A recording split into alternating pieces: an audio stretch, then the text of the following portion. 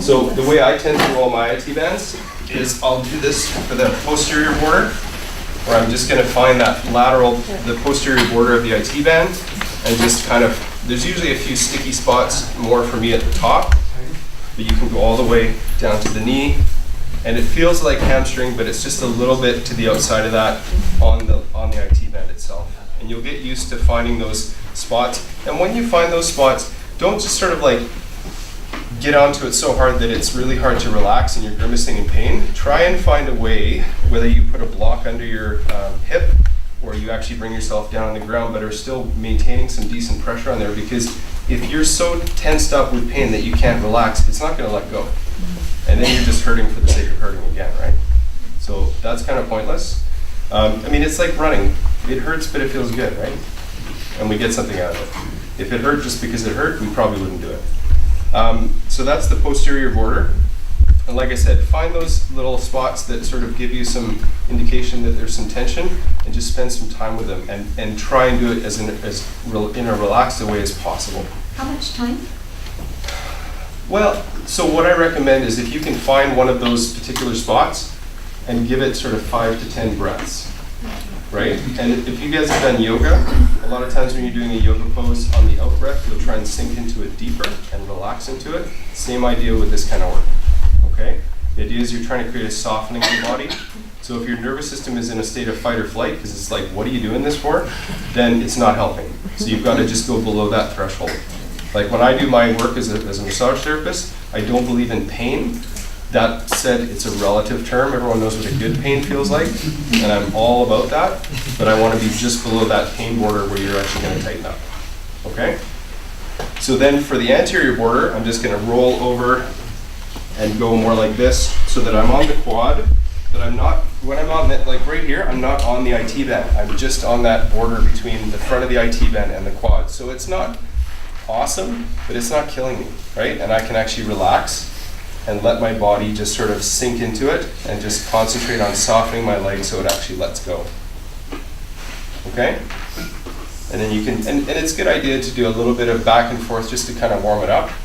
Tissues release best when they're warm, so if you're doing your foam rolling cold, then do a bit of back and forth just to get the tissue freed up, or do it after a hot shower. And it's probably better to do that than right after a run, because everything's kind of flared up and it's going to be even more uncomfortable. So we don't need to torture ourselves endlessly. Okay? Did anyone have any specific areas that they had questions about? Yeah. Tibia and fibula. Yeah. So like sort of front, back? Back. Like calf? Yeah. Yeah, okay. I would typically use my body, like the rest of my body. So if I do this, I can get a bit out of it. But what I'd probably do is this, right? Okay, so yeah, but it's the idea that I'm providing a little bit of extra weight on my foot, and keep in mind that you've got a bunch of muscles on the back of your calf, right? You've got your gastrocnemius, which is the big chunky one on the back. Underneath that is the soleus. So again, you can roll the lateral aspect like this. You can roll right through the belly like this, and then sometimes if you guys are getting any of that pain along the inside of the tibia there, that sort of shin splint kind of pain, you can come in more on the inside like that. Okay? And then you guys, but here's the thing, is that if your calves are tight, your shins are probably tight too. Okay? So try and think of the idea that all muscles work in antagonistic pairs. They pull against something else. So it's probably worth getting into the shins a little bit, right? And you can do the same thing there. And this is a good one because this is a muscle that's pretty hard to stretch. Right? So it's a way of at least getting some movement through. Probably stretch after because you're warming it up and you're kind of freeing up the tissue a little bit. You're probably going to get a better stretch after. Yeah, and stretching should be done the same way this kind of work is done, not into pain. Like you don't want to go into a stretch so hard you feel like it's pulling off the bone. That isn't helpful, right? Muscles like a little bit of softness. Yeah. Okay. And the other part too, and with the work I do, is that stretching and foam rolling and yoga, I'll say it's like brushing your hair, right? But if you've got something that's chronically tight and has been tight for a long time, it's like you've got gum in your hair. and I'm the guy that gets the gum out of your hair. Right? And then once I've got the gum out, then you can go back to brushing. That's how it works. Because there is stuff that gets so tight and so adhered that it will not let go without intervention. Right. So we have lots of different types of fibers in our, well, we have two main types of fibers in our system. We have collagen and elastin. Collagen is what makes up scar tissue. Elastin is what makes us nice and pliable. As we get older, the ratio of collagen to elastin changes. So when we're these guys' ages, we're mostly elastin. And as we get to B. Rob's age, we're mostly collagen. So the idea is that if we sustain an injury or if we stay in one position for a long time, like sitting at work, stuff just starts to stick together and some of that collagen starts to kind of stay in place. Like I said, our bodies like movement. If you ever have like scar tissue, right, like an actual incision, you'll notice that tissue is thicker. That's collagen, right? So normal fibers are arranged like this. They have a nice extensibility. They can extend and contract, and it's really pliable. When you get a scar, like in a surgery or an injury, it looks like a rat's nest of fibers. But with the right kind of work, you can actually reorient the fibers so they become more pliable. I worked on people with really thick, like sort of gummy scars, and I can work it to the point where it's way, way freer. So that's how it works. But it doesn't always have to be an injury or an incision. It can just be a static position the body gets glued into, right? Because it's sort of like, it's the use it or lose it thing. Like if you're not moving something, it'll just gum together. Yeah, and it's sort of like the other part of that is that it's like a rock in a pond. Once you get one area of adhesion, it starts to just ripple through the whole system, right? Does that make sense? Yeah. Okay. Thank you. Yeah. How do you roll it? That's a hard one. That's an area that I would, if it's really, really chronically tight, that's the area I'd get worked on. And then the idea is that you can do sort of like, a good lunge kind of yoga stretch and keep it open. But often that's the kind of stuff that needs like a bit of intervention. Any people that have ever had like digestive changes over time, any women that have ever had like really bad cramping or menstrual pain, that can often be exacerbated by tight hip flexors, and because we sit as a society, a lot of people have tight hip flexors. So it's worth considering that as well. If you roll the IT bands and you roll the upper part of the quads, that can help with that. But it is something that often needs a little bit of intervention.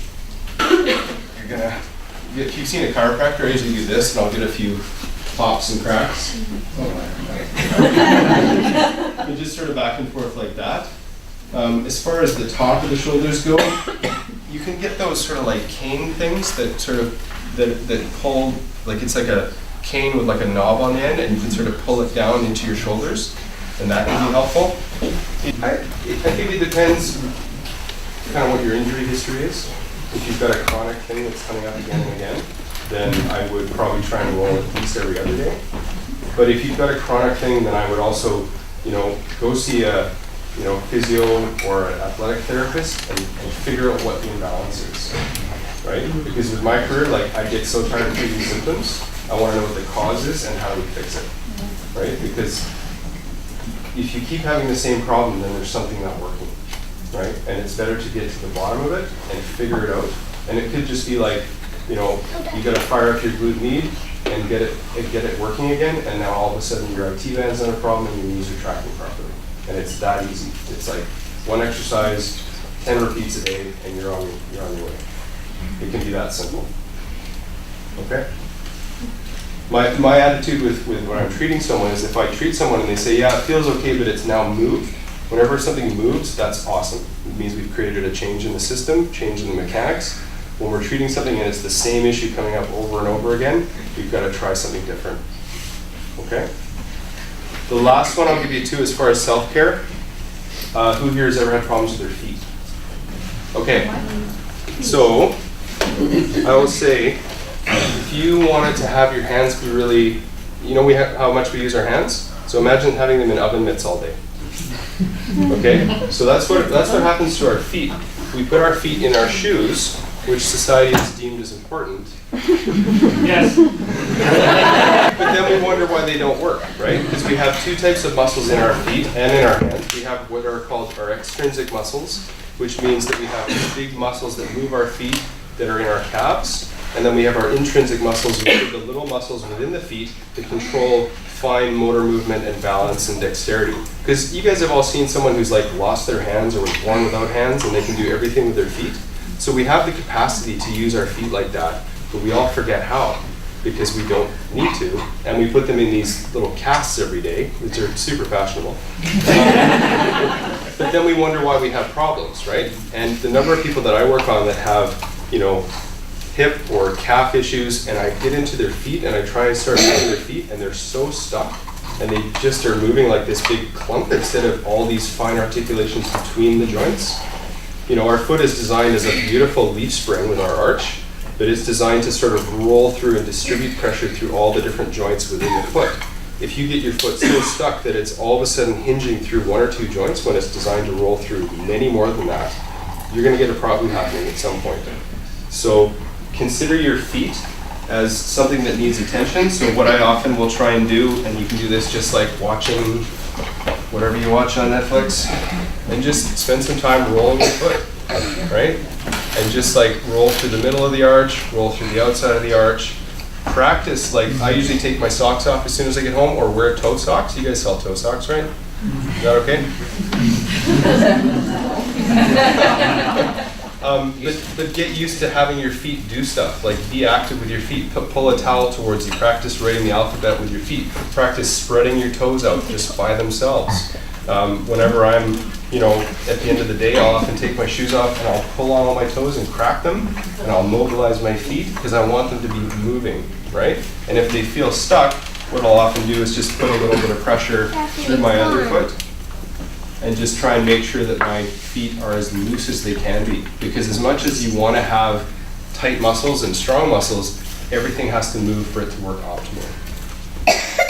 Okay? What'd you call that ball again? It's a trigger point ball.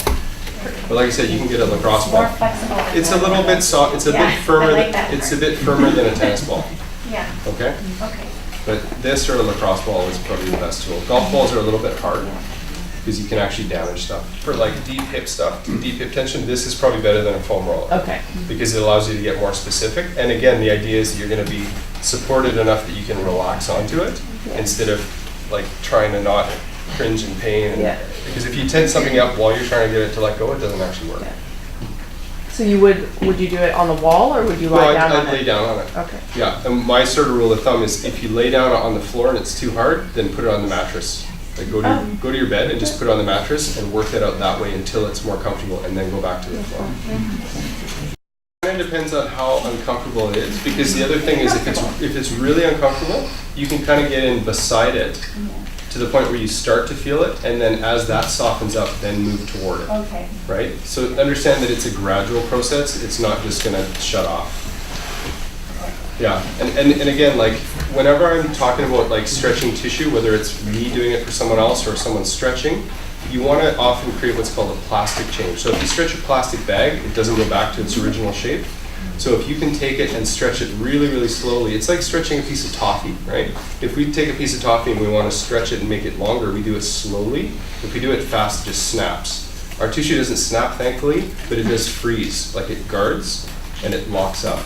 So if you want something to lengthen over time, you've really got to be patient with it and take your time with it. My favorite yoga for that kind of stuff is yin yoga, where you're going 3 to 5 minutes in a pose. You're really well supported so that you can release and let yourself kind of drop into it over time. Yeah, should all be done gradually. Okay. Okay?